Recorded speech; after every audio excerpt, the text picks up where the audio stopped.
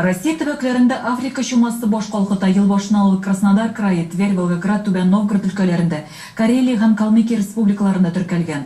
Аның Татарстанга килеп җитү куркынычы бар. Әлеге вируска каршы вакцина уйлап табылмаган, көрәшенең бердән-бер юлы профилактика. Шуңа Лениногорск районында өйрәнүләр узды. Лениногорск районындагы бер шәхси хуҗалыкта дуңгызлар кырыла сценарий буенча вакыйга урынында ветеринар лаборатория җибәрәләр. Нәтиҗәдә Иске Куа авылында Африка чумасы ачыклана, карантин игълан итәләр.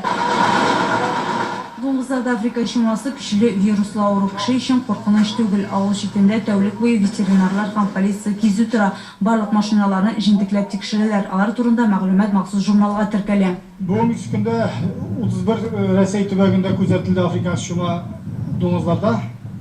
Шуңа күрә бу авыру белән бик кискен ситуация. Аллага шөкер, пока Татарстанда бу авыру юк. Бу авыру булмас өчен Россельхознадзор без в частности инде бүтән эшләрне башкарабыз. Мониторинг үткәрелә, дуңгызлардагы чирләрне лаборатория тикшерәбез.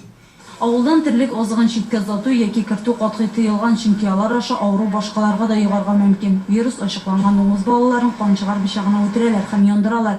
Әлеге эшләр авылдан читтә махсус урында башкарыла. Профилактика мондый укулар белән генә шикләнми, күзәтү эшләрен даими алып баралар. Управление Россельхознадзора. Россельхознадзор белгечләре юхиди хезмәткәрләре белән постларда тикшерүләр уздыра. Бигрәк тә йөк белән керүче транспортлар ныклы контрольдә Ленар Фатрахманов. Лениногорск районы Иске Куа авылында узган укуларны югары бәяләделәр. Хәрби ведомство эшкә җаваплы карый. Лениногорск телевидениесе ярдәме белән Финсия Газизова, Татарстан, Яңа Гасыр каналы.